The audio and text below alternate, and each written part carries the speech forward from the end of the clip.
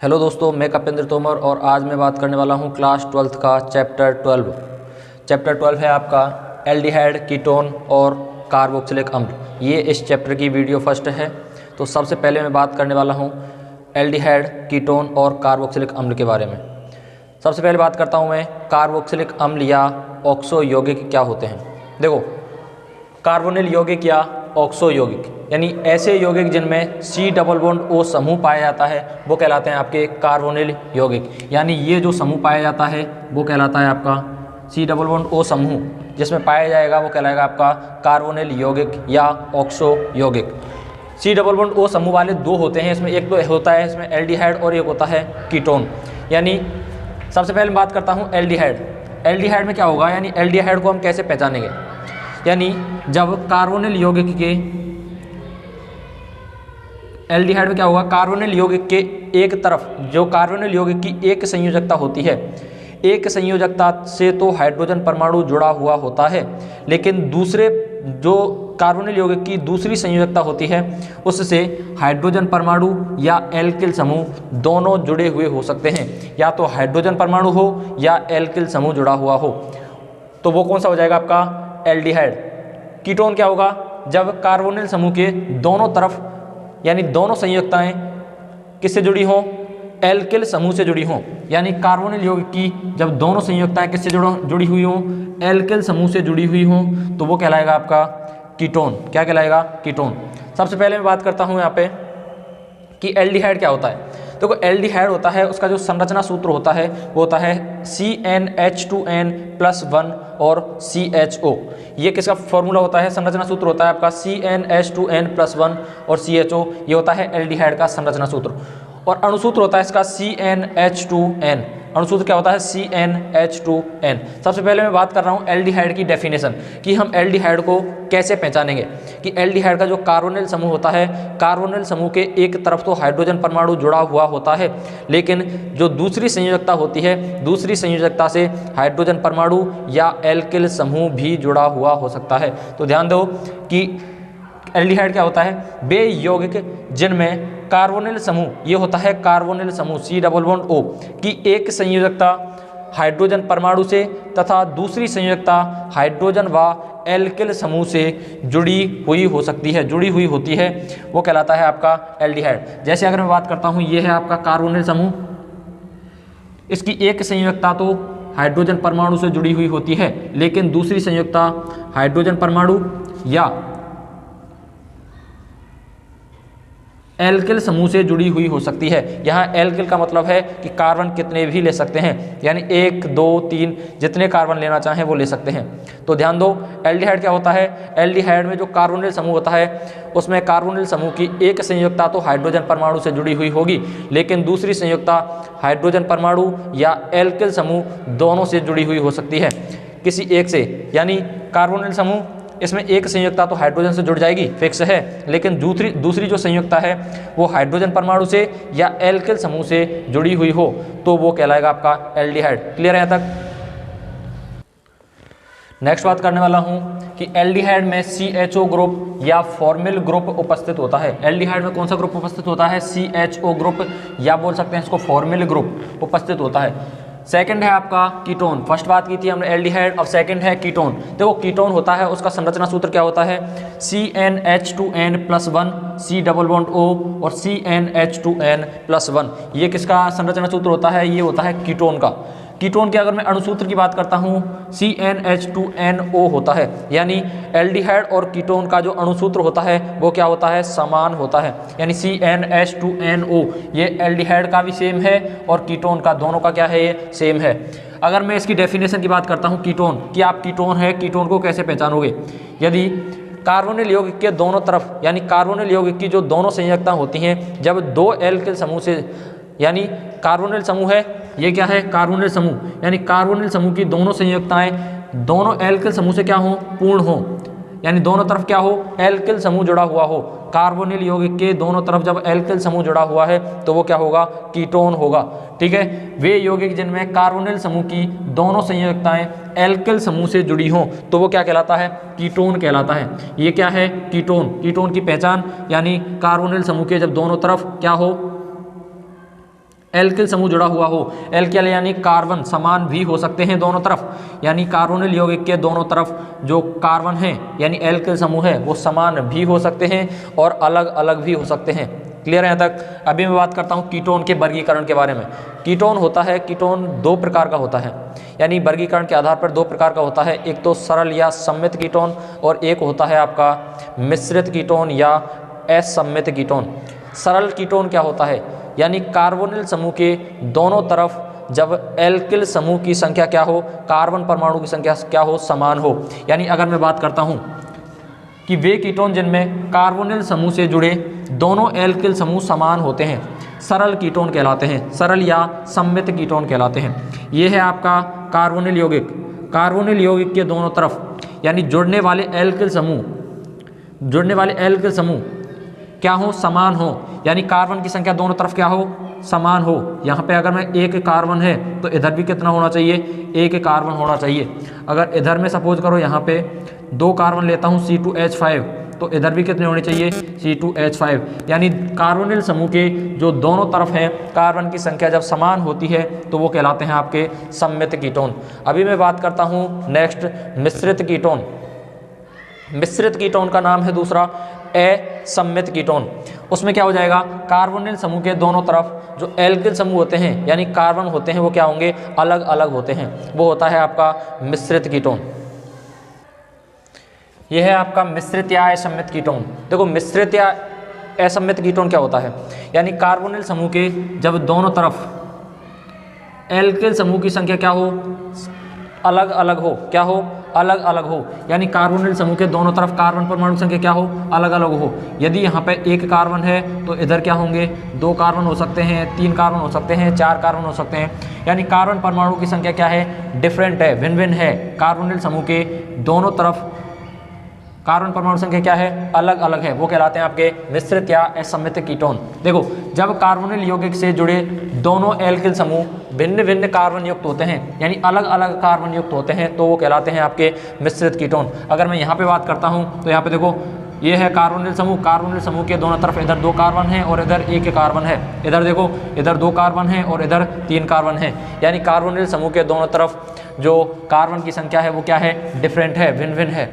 अब मैं बात करता हूँ कार्बोनिल समूह की संरचना, यानी C11O समूह होता है, इसकी संरचना के बारे में। ये होती है आपकी कार्बोनिल समूह की स्ट्रक्चर।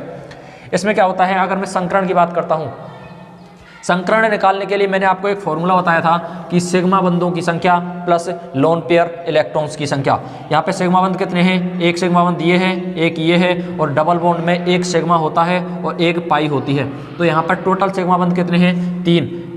लोन पेयर इलेक्ट्रॉन्स 0, तो यहाँ पे टोटल आ रहे हैं 3। तो 3 के हिसाब से संकरण कौन सा होगा, S। आपको पता है S का 1 कक्षक होता है, P के 3 कक्षक होते हैं, D के 5 कक्षक होते हैं और F के 7 कक्षक होते हैं। F के कितने होते हैं, 7 कक्षक होते हैं।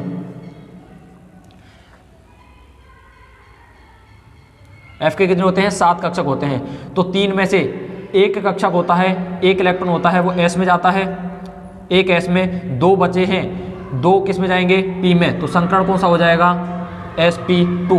अगर 4 होते यहाँ पे तो संकरण कौन सा होता है, 1 S में और 3 P में। अगर 5 इलेक्ट्रॉन होते, 5 बॉन्ड होते तो कौन सा संकरण होता, 1 S में, 3 P में और 1 D में, तो हो जाता है sp3d।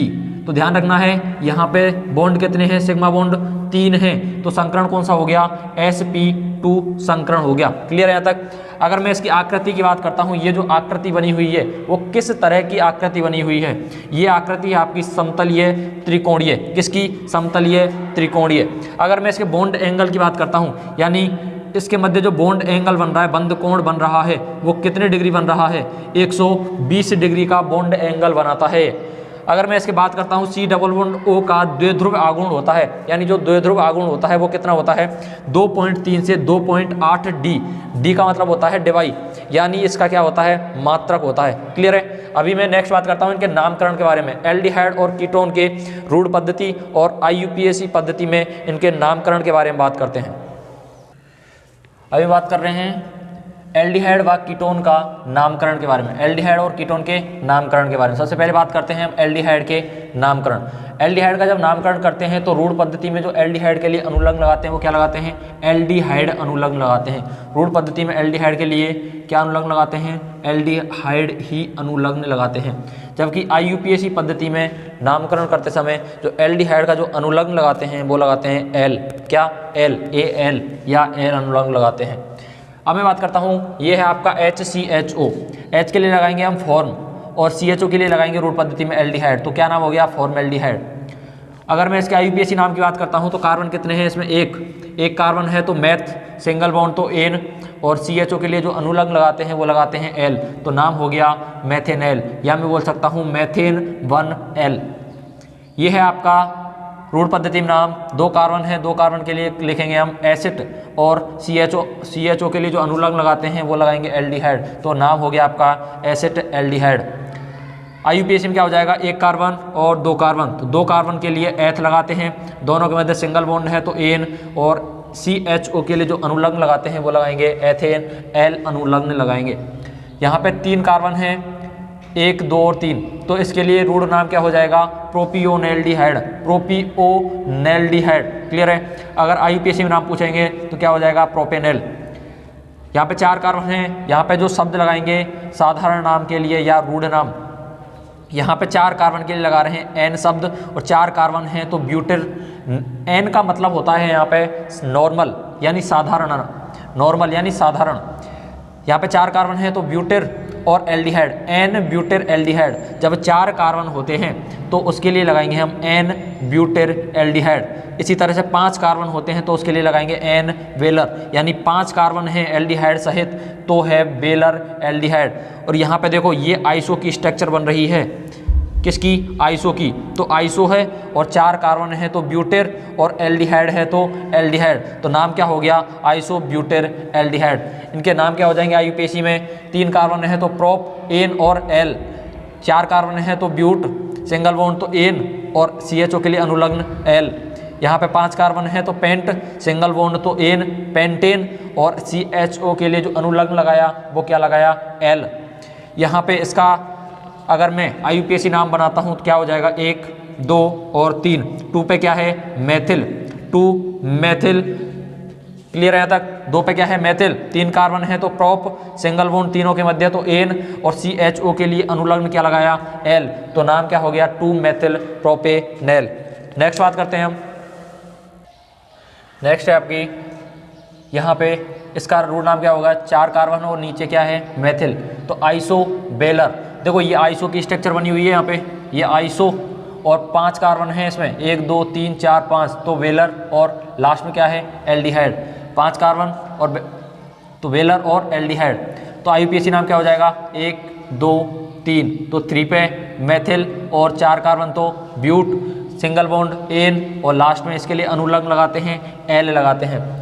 इसका नाम क्या होगा, रूढ़ नाम बेंजेल्डिहाइड। बेंजीन वाले पे क्या है, एल्डिहाइड, तो इसका नाम क्या होगा, रूढ़ नाम बेंजेल्डिहाइड। IUPAC में क्या होगा, बेंजीन, बेंजीन पे CHO के लिए अनुलग्न क्या लगाते हैं, एल, बेंजेनेल, नाम क्या हुआ, बेंजेनेल। यहाँ पे बेंजीन रिंग पे 2 CHO हैं तो इसका जो रूढ़ नाम होगा वो होगा थैलेल्डिहाइड, क्या, थैलेल्डिहाइड। क्लियर है, ये रूढ़ नाम हो गया। और IUPAC नाम क्या होगा, यहाँ पे देखो 1, 2, 3, 4, 5 और 6। यहाँ पे 1 और 2 पोजीशन पे क्या है, एल्डिहाइड है। तो जब CHO समूह सीधे बेंजीन रिंग से अटैच हो तो इनके लिए एल अनुलग्न नहीं लगाते हैं। उस वक्त जब CHO ग्रुप सीधे बेंजीन रिंग से जब अटैच होता है तो उसके लिए हम एक वर्ड का उपयोग लेते हैं, CHO के लिए एक शब्द लगाते हैं, वो लगाते हैं कार्बएल्डिहाइड। जब CHO बेंजीन रिंग से डायरेक्टली अटैच हो, रिंग से डायरेक्टली अटैच होता है तो CHO के लिए एल ना लगा करके वहाँ पे लगाएंगे कार्बएल्डिहाइड, कार्बएल्डिहाइड। क्लियर है। अभी मैं बात कर रहा हूँ बेंजीन, बेंजीन पे 1 और 2 पोजीशन पे 1, 2 डाई, और यहाँ पे एल शब्द ना लगा के, डाई एल ना लगाकर क्या लगाएंगे, कार्बएल्डिहाइड लगाएंगे। क्लियर है यहाँ पे। अब ये बेंजीन रिंग पे यहाँ पे एक ऊपर की साइड में OH है और यहाँ पे है CHO, तो इसका जो रूढ़ नाम होता है या बेंजीन रिंग पे जब एक OH और एक CHO होता है तो इसका नाम होता है सैलिसिलिक एल्डिहाइड। क्या होता है? Salicylic aldehyde. इसका IUPAC नाम क्या होगा? मेन कार्बन होगा ये, क्योंकि इस पर CHO ग्रुप है, ये अधिक क्रियाशील है OH से। तो पहला कार्बन इसको, एक नंबर इसको, 2 3 4 5 और 6, तो इसका नाम क्या हो जाएगा? 2 पे हाइड्रोक्सी जुड़ा हुआ है और बेंजीन वाले पे एल्डिहाइड, 2 हाइड्रोक्सी बेंजेल्डिहाइड। इसका नाम क्या हो जाएगा? 2 हाइड्रोक्सी बेंजेल्डिहाइड। अब मैं इसकी बात करता हूँ, बेंजीन रिंग पे CH डबल बॉन्ड CH और CHO है, तो इसका जो रूढ़ नाम होगा, रूढ़ पद्धति में नाम होगा, वो होगा सिनेमेल्डिहाइड। क्या होगा? सिनेमेल्डिहाइड। और इसका जो IUPAC में नाम होगा, अब यहाँ पे देखो, यहाँ पे बेंजीन रिंग है और यहाँ पे 3 कार्बन है, इनमें से मेन चेन कौन सी होगी?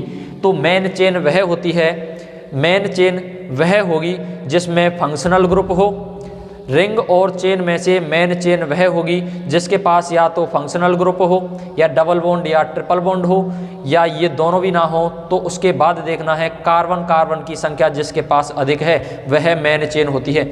यहाँ पे देखो यहाँ पे जो क्रियात्मक समूह इसके साथ लगा हुआ है, तो मेन चेन कौन सी होगी? ये वाली मेन चेन होगी। और ये क्या हो गई है? प्रतिस्थापी। ये कहलाएगा आपका प्रतिस्थापी बेंजीन रिंग। अब ये कहलाएगी आपकी फेनिल समूह। क्या? फेनिल। तो अगर मैं इसका रूढ़ पद्धति में नाम बताता हूँ तो रूढ़ पद्धति में होगा इसका सिनेमेल्डिहाइड। अगर मैं इसका IUPAC नाम लिखता हूँ तो IUPAC में क्या होगा? 1 2 और 3 पोजीशन पे फेनिल ग्रुप जुड़ा हुआ है, तो 3 पे फेनिल। 3 कार्बन है तो प्रोप 2 पे ईन है, 2 ईन। और 1 पोजीशन पे क्या है? एल। एल्डिहाइड के लिए क्या अनुलग्न लगाते हैं IUPAC में? एल शब्द लगाते हैं। तो इसका IUPAC में नाम क्या हो गया?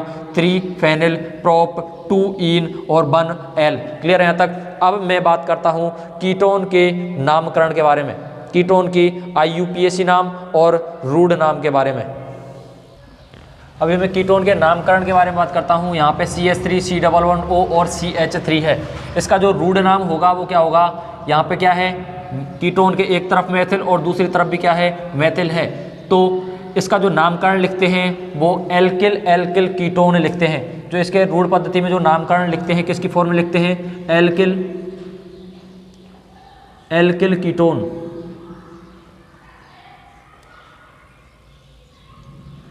यानी एल्किल यानी मेथिल और कीटोन, या मैं लिख सकता हूँ डाई मेथिल कीटोन। क्लियर है? IUPAC में क्या हो जाएगा? कार्बन कितने हैं? 1 2 3 के लिए लगाते हैं प्रोप, और तीनों में सिंगल बॉन्ड है तो एन, प्रोपेन। और C double bond O ketone के लिए जो IUPAC में अनुलग्न लगाते हैं वो क्या होता है? ऑन। तो नाम क्या हो गया? प्रोपेनॉन। अगर मैं यहाँ पे बात करता हूँ इसके रूढ़ नाम के बारे में, तो यहाँ पे एथिल और यहाँ पे भी एथिल, तो डाई एथिल कीटोन। IUPAC में क्या हो जाएगा? 1 2 3 4 और 5 कार्बन है यहाँ पे। कितने? 5 कार्बन हैं। तो इसका नाम क्या हो जाएगा? देखो 1 2 3 4 और 5 कार्बन हैं, तो 5 कार्बन के लिए लगाएंगे हम पेंट, सॉरी यहाँ पे यह आएगा आपका पेंट। सिंगल बॉन्ड है सभी में तो एन, पेंटेन। 3 पे क्या है? ऑन। 3 पे क्या है? ऑन। तो नाम क्या हो गया? Pentane 3 one. क्लियर है? अब मैं यहाँ पे बात करता हूँ कि इसका जो रूढ़ नाम होगा, 4 कार्बन है यहाँ पे। देखो इधर एथिल है और इधर क्या है? मेथिल है। एथिल पहले आता है अल्फ़ाबेट में या मेथिल पहले आता है? एथिल अल्फ़ाबेट में पहले आता है, तो पहले लिखेंगे एथिल, मेथिल और उसके बाद लिखेंगे कीटोन। क्लियर है? अब मैं इसके रूट IUPAC नाम के बारे में बात करता हूँ। तो IUPAC नाम नंबरिंग दो इसको, 1 2 3 और 4। तो 4 कार्बन के लिए ब्यूट, सिंगल बॉन्ड तीनों चारों कार्बन के मध्य तो एन, और 2 नंबर पे क्या है? 2 पोजीशन पे है आपके ऑन, तो नाम क्या हो गया? Butane 2 on. यहाँ पे देखो अगर मैं इसके रूढ़ नाम की बात करता हूँ, ये स्ट्रक्चर किसकी बन रही है? आपकी आइसो की स्ट्रक्चर बन रही है। दोनों तरफ क्या है? आइसो की स्ट्रक्चर बन रही है। तो मैं लिख सकता हूँ di iso propyl ketone. Di iso propyl, 3 carbon है तो प्रोपिल और कीटोन। अगर मैं इसके IUPAC नाम के बारे में बात करता हूँ तो क्या होगा? 1 2 3 4 और 5। तो 2 और 4 पोजीशन पे क्या है, मैथिल है, तो 2,4 डाई मैथिल। एक तो ये क्या है, प्रतिस्थापी बच गया, और एक ये प्रतिस्थापी बच गया। तो 2 पे और 4 पे क्या है, मैथिल समूह है, तो मैं लिखूंगा 2,4 डाई मैथिल। 5 कार्बन है तो पेंट, सिंगल बॉन्ड है तो एन, और 3 पोजीशन पे क्या है, ऑन। तो नाम क्या हो गया, 2,4 di methyl pentan 3 one. Clear है यहाँ तक। अब यहाँ पे बात करता हूँ कि इसका नाम क्या होगा। यहाँ पे 3 कार्बन हैं और यहाँ पे 2 कार्बन हैं। 3 कार्बन के लिए लिखेंगे प्रोप और 2 के लिए लिखेंगे एथ। तो अल्फाबेट में पहले कौन सा आता है, एथ आता है, तो पहले नाम लिखेंगे एथिल, एथिल। और 3 कार्बन हैं, साधारण नाम के लिए जब कार्बन की संख्या 3 होती है और सीधी श्रृंखला में होते हैं तो उसके लिए शब्द लगाते हैं एन। एन का मतलब होता है नॉर्मल यानी साधारण। तो एथिल एन प्रोपिल, इसके लिए क्या लिखेंगे, n propyl.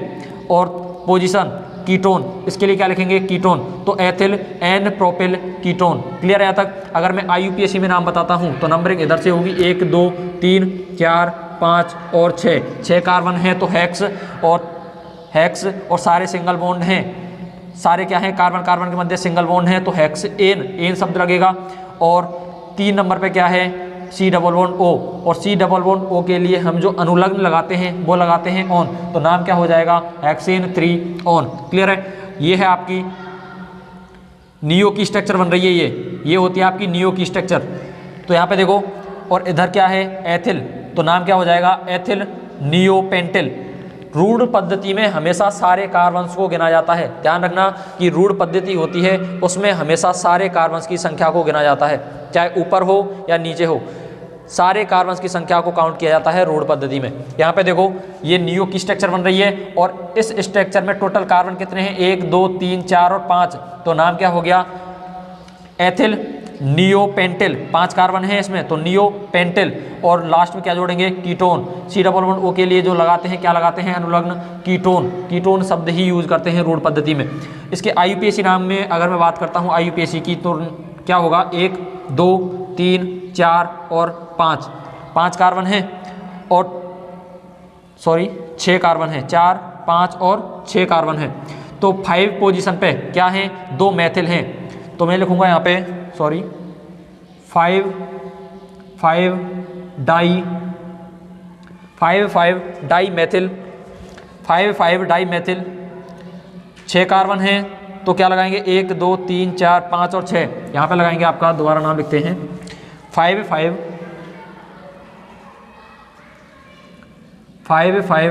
Die methyl, 5 di methyl. Clear है। 1 2 3 4 5 6 हेक्स, 6 के लिए हेक्स। सभी के मध्य सिंगल बॉन्ड है तो एन, हेक्सेन। और C डबल बॉन्ड O कौन से पोजीशन पे है, 3rd पोजीशन पे है, तो इसके लिए जो अनुलग्न लगाएंगे कीटोन के लिए वो लगाते हैं ऑन, 3 ऑन। क्लियर है। इसका नाम क्या हो जाएगा, 5 di methyl hexan 3 one. Clear है यहाँ तक। अब मैं इसके कुछ अन्य नामकरण के बारे में बात करता हूँ। इसके अलावा कुछ अन्य नाम भी हैं जिनके बारे में हम बात करते हैं। अभी मैं इनके बारे में बात करता हूँ, कुछ अन्य उदाहरण। जैसे अभी मैं इसका नामकरण करता हूँ IUPAC में, तो क्या होगा, सबसे पहला नंबर कीटोन 1 2 3 4 और 5। तो 3 पोजीशन पे क्या है, मैथिल, क्या है, 3 मैथिल। 5 कार्बन है इसमें, कितने कार्बन है, 5। तो लगाएंगे, स्ट्रक्चर किसकी बन रही है, साइक्लो की, तो cyclo 3 Maithil cyclo pentane. 5 carbon है तो पेंट और सारे सिंगल बॉन्ड हैं तो एन, और 1 ऑन। या मैं लिख सकता हूँ 3 मैथिल साइक्लो पेंटेनॉन। क्लियर है। अब मैं इसका नामकरण करता हूँ, तो सबसे पहला नंबर इसको 1 2 3, तो 1 पे क्या है, फेनिल, 1 फेनिल। 3 कार्बन है तो प्रोप, 3 कार्बन है तो प्रोप, सिंगल बॉन्ड एन, और 1 ऑन। या मैं लिख सकता हूँ 1 पोजीशन को लगाओ या ना लगाओ, तो नाम क्या हो सकता है, प्रोपेनॉन। डायरेक्टली लिख सकते हैं प्रोपेनॉन। क्लियर है। अभी मैं इसकी बात करता हूँ, जब CHO बेंजीन रिंग से डायरेक्टली अटैच होता है तो उसके लिए CHO के लिए उस स्थान पर L अनुलग्न ना लगा करके इसके लिए जो अनुलग्न लगाएंगे वो लगाएंगे हम कार्बा एल्डिहाइड। क्या? Carb aldehyde. तो इसका नाम कैसे लिखेंगे? साइक्लो, स्ट्रक्चर बन रही है आपकी साइक्लो, 6 कार्बन है तो हेक्स, सिंगल बॉन्ड है सभी के मध्य तो हेक्सेन, एन शब्द लगा दिया। और 1 पे यानी 1 2 3 4 5 और 6, 1 पोजीशन पे क्या है? Carb aldehyde, 1 carb aldehyde. नाम क्या हो गया? 1 कार्ब एल्डिहाइड। यानी CHO जब बेंजीन रिंग से डायरेक्टली अटैच होता है, यानी ये होता है terminal functional group. Terminal functional group वो होते हैं जिनके पास क्या होता है? कार्बन होता है और श्रृंखला से डायरेक्टली अटैच होते हैं और उनको श्रृंखला में नंबर नहीं मिलता है, वो टर्मिनल फंक्शनल ग्रुप होते हैं। तो इसके लिए यहाँ पे जो अनुलग्न लगाएंगे वो क्या लगाएंगे? कार्ब एल्डिहाइड शब्द का यूज करेंगे। अगर मैं इसके नामकरण के बारे में बात करता हूँ तो इसका नामकरण इस तरह से नहीं होगा, इसका नामकरण इस तरह से नहीं होगा क्योंकि IUPAC के अनुसार यह नामकरण क्या है? गलत है। IUPAC ने रूल निकाला कि या तो इस पोजीशन में, जब इस पोजीशन में सिमेट्री दी हुई है आप लोगों की, तो आपको क्या करना है? या तो सारे एल्डिहाइड को काउंट करो। अब सारे एल्डिहाइड तो इस श्रृंखला में काउंट नहीं होंगे क्योंकि एक क्या रह जाएगा, इसमें काउंट नहीं होगा मध्य वाला। तो या तो सभी को काउंट करो या किसी को भी काउंट ना करो। तो IUPAC ने कहा अगर आपको काउंट करना है तो या तो सभी को काउंट करो, सभी CHO को, या किसी को भी काउंट ना करो। तो हमने क्या किया? यहाँ से जो CHO हैं किसी को भी हमने काउंट नहीं किया। तो हमने जो नंबरिंग की इन कार्बन्स की क्या कर ली? नंबरिंग की। तो 1 2 और 3 पोजीशन दिया। तो 3 कार्बन है तो क्या नाम लिखा? प्रोप। सिंगल बॉन्ड है तीनों कार्बन के मध्य, प्रोपेन। 1 2 3, 1 2 और 3 ट्राई। और इसके लिए इनके कार्बन क्या है? काउंट नहीं हुए हैं किसी के भी। CHO के जब कार्बन काउंट नहीं होते हैं तो उस वक्त इनका नाम लिखा जाता है क्या? Carbaldehyde. क्या? Carbaldehyde. क्या लिखा जाता है? Carb aldehyde. क्लियर है यहाँ तक? अभी मैं इसके बारे में बात करता हूँ, इसका नाम क्या होगा। यहाँ पे अगर मैं IUPAC नाम की बात करता हूँ 1 और 2, 1 पे क्या है? Phenyl, 1 phenyl. 1 पोजीशन पे क्या है? फेनिल। 2 कार्बन है तो एथ, दोनों के मध्य सिंगल बॉन्ड है तो एथेन। और 1 ऑन, एथेनोन। फेनिल एथेनोन भी लिख सकता हूँ मैं इसको। क्या लिख सकता हूँ? 1 पोजीशन को लिख भी सकता हूँ, नहीं भी लिख सकता हूँ, और यहाँ से दोनों पोजीशन को क्या हटा सकता हूँ? 1 को मैं यहाँ से हटा भी सकता हूँ। दोनों जगह से ही 1 को हटा सकता हूँ। सीधे नॉर्मली इसका नाम लिख सकता हूँ फेनिल एथेनोन। क्या लिख सकता हूँ? फेनिल एथेनोन। और इसके अगर मैं दूसरे नाम के बारे में बात करता हूँ तो इसका नाम क्या हो सकता है? दूसरा फेनिल एथेनोन। क्या हो जाएगा? फेनिल एथेनोन। यहाँ से क्या कर दिया मैंने? 1 पोजीशन है यहाँ से हटा दी। या इसका नाम हो सकता है एसीटोफिनोन। क्या हो सकता है? एसीटोफिनोन।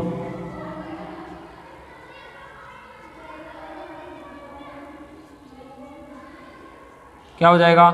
एसीटोफिनोन। क्लियर है? इसका क्या हो गया? एसीटोफिनोन।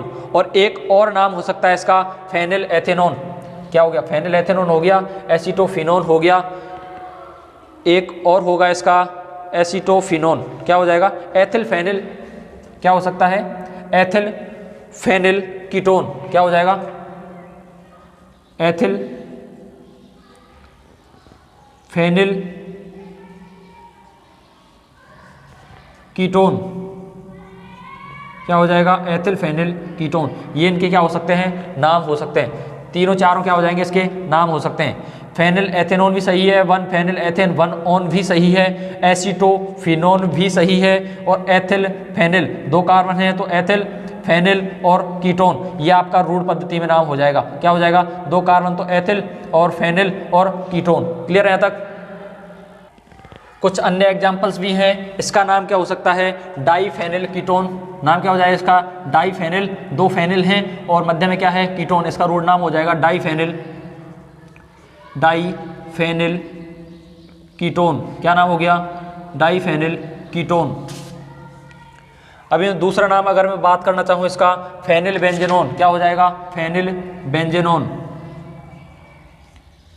फेनिल बेंजेनोन, क्या हो जाएगा फेनिल, एक तरफ क्या है फेनिल और बेंजीन और C डबल बॉन्ड O के लिए अनुलग्न क्या लगाया ऑन, बेंजेनोन, बेंजेन वन ऑन भी लिख सकते हैं, बेंजीन वन ऑन भी लिख सकते हैं, फेनिल बेंजेनोन, या मैं लिख सकता हूं phenyl benzene one one. Clear है। अभी मैं इसका एक नाम और लिख सकता हूं, वो होगा आपका बेंजोफिनोन। क्या होगा, बेंजोफिनोन,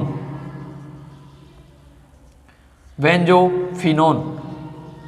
ये तीनों नाम किसके हैं, इसके हैं। तो डाइफेनिल कीटोन भी सही है, ये हो गया रूड नाम, ये हो गया आपके IUPAC नाम, फेनिल बेंजेनोन भी सही है और बेंजोफिनोन भी सही है। क्लियर है। अगर मैं इसके रूड नाम की बात, इसके IUPAC नाम की बात करता हूं तो इसका IUPAC नाम क्या हो जाएगा, इसका होगा डाइप्रोपिल कीटोन। क्या हो जाएगा, डाइप्रोपिल कीटोन, यानी यहाँ पे प्रोपिल 3 कार्बन और यहाँ पे भी 3 कार्बन है, तो नाम क्या हो जाएगा डाइप्रोपिल, डाइप्रोपिल कीटोन। क्या हो जाएगा, डाइप्रोपिल कीटोन। अगर मैं इसके IUPAC नाम के बारे में बात करता हूँ तो IUPAC में क्या हो जाएगा 1 2 3 4 5 6 और 7, तो 6 कार्बन है तो हेप्ट, सिंगल बॉन्ड है तो एन, हेप्टेन 4 ऑन, क्या नाम हो जाएगा हेप्टेन 4 ऑन। क्लियर है। अभी मैं इसके बारे में बात करता हूँ, इसके IUPAC नाम के बारे में, तो फर्स्ट, सेकंड, थर्ड, फोर्थ और फिफ्थ। IUPAC में क्या हो जाएगा 2,4 di hydroxy, 2,4 di hydroxy, 2,4 di hydroxy, 5 carbon है तो पेंट, सिंगल बॉन्ड है तो एन, पेंटेन 3 ऑन, क्या पेंटेन 3 ऑन। अगर मैं इसके रूड नाम की बात करता हूं तो रूड नाम क्या हो जाएगा इसका, ये अल्फा पोजीशन और ये, इसको एक बार दोबारा देखो क्या हो जाएगा, IUPAC में क्या होगा, एक बार दोबारा बताते हैं इसको। देखो अगर मैं इसके रूड नाम की बात करता हूँ, रूड नाम क्या हो जाएगा अल्फा और बीटा, यानी C डबल बॉन्ड O के पास वाला कार्बन होता है वो अल्फा और अल्फा के पास वाला होता है बीटा, ये भी अल्फा और ये बीटा। ठीक है, यहाँ पे अल्फा डैश और बीटा डैश। यहाँ पे देखो अल्फा पे एक हाइड्रोक्सी है और अल्फा डैश पे भी क्या है, एक हाइड्रोक्सी है, तो मैं लिख सकता हूँ alpha, alpha dash di hydroxy, alpha, alpha dash di hydroxy, die ethyl, यहाँ पे भी एथिल है और यहाँ पे भी क्या है एथिल है, तो डाई एथिल। और क्या है अनुलग्न, क्रियात्मक समूह क्या है अनुलग्न, C डबल बॉन्ड O के लिए क्या लगाते हैं कीटोन, क्या शब्द लगाते हैं कीटोन लगाते हैं। क्लियर है यहाँ तक। अभी मैं अगर इसके IUPAC नाम के बारे में बात करता हूँ, IUPAC नाम क्या हो जाएगा इसका, IUPAC नाम के लिए नंबरिंग करनी पड़ेगी 1 2 3 4 और 5, तो 2 और 4 पोजीशन पे क्या है 2,4 di hydroxy, di hydroxy, 2,4 di hydroxy, 5 carbon है तो पेंट, सभी कार्बन्स के मध्य सिंगल बॉन्ड है तो एन, पेंटेन, और 3 पोजीशन पे क्या है कीटोन, और कीटोन के लिए जो अनुलग्न लगाते हैं IUPAC पद्धति में वो लगाते हैं ऑन, 3 ऑन। तो इसके लिए क्या हो जाएगा IUPAC नाम 2,4 di hydroxy pentane 3 one. Clear है यहाँ तक। अभी मैं इसके बारे में बात करता हूँ, इसका IUPAC नाम क्या होगा 1 2 और 3, तो 2 पे क्या है मैथोक्सी, 2 पे क्या है मैथोक्सी, 2 मैथोक्सी, 3 कार्बन है तो प्रोप, तीनों के मध्य सिंगल बॉन्ड है तो एन शब्द लगाएंगे प्रोपेन। और एल्डिहाइड के लिए जो अनुलग्न लगाते हैं, एल्डिहाइड कितनी पोजीशन पे 1 पोजीशन पे, तो 1L, क्या अनुलग्न लगाते हैं 1L अनुलग्न लगाते हैं। और इसको मैं ऐसे भी लिख सकता हूँ 2 मैथोक्सी, 2 मैथोक्सी प्रोपेनेल, प्रोपेनेल भी लिख सकता हूँ। क्लियर है। 1 पोजीशन को लिखो तो भी सही और ना लिखो तो भी सही है। क्लियर है। अगर मैं इसके नाम की बात करता हूँ IUPAC में, इसका नाम क्या होगा 1 2 और 3, तो 3 कार्बन है तो प्रोप, अब सिंगल बॉन्ड नहीं है, यहाँ पे क्या आ गया डबल बॉन्ड, तो प्रोप 2 पोजीशन पे क्या है डबल बॉन्ड है, तो 2 इन और 1 पोजीशन पे क्या है, L, क्या लगाते हैं, L। ठीक है, अगर मैं इसको ऐसे लिखना चाहूँ, prop 2 in 1 और L, ये होता है। और जब AEIOU रूल होता है एक, AEIOU और बाई जब एक साथ दिखाई दें तो पहला वाला क्या होता है, हट जाता है। तो इसका नाम क्या हो गया, prop 2 in L, क्या, in L। क्लियर है तक? अभी मैं इसके समावयवता के बारे में बात करता हूं। कार्बोनिल यौगिकों में समावयवता हम कल पढ़ेंगे, आज के लिए इतना। अगर आपको वीडियो पसंद आई है तो प्लीज़ लाइक करें, शेयर करें एंड सब्सक्राइब करें। Thank you.